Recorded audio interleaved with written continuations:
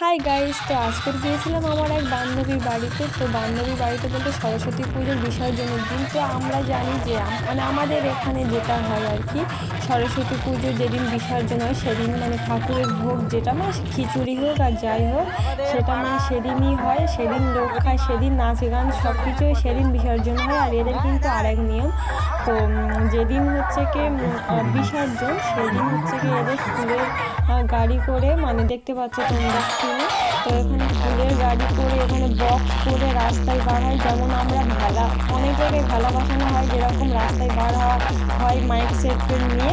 তো সেই রকম মাইক সেটও এদের থাকে, মানে ফুলের গাড়ি করে ভালো করে যে সরস্বতী ঠাকুরকে ভালো করে সাজিয়ে নিয়ে সবাই নাচতে নাচতে নাচতে যায় আর কি। আর তার আগের দিন কিন্তু এদের মানে যে ঠাকুরের ভোগটা আর কি সেদিনই খাইয়ে দেয়, মানে যেদিন ভাসানে তার আগের দিন খাইয়ে দেয়। মানে এটা কিন্তু পুরোপুরি অন্য নিয়ম। তো আমাদের এখানে অন্য নিয়ম, মানে ঠাকুর বার করা হয় না, এমনি বার করে বরণ করে যেমন নাচা গানা সব কিছুই হয়।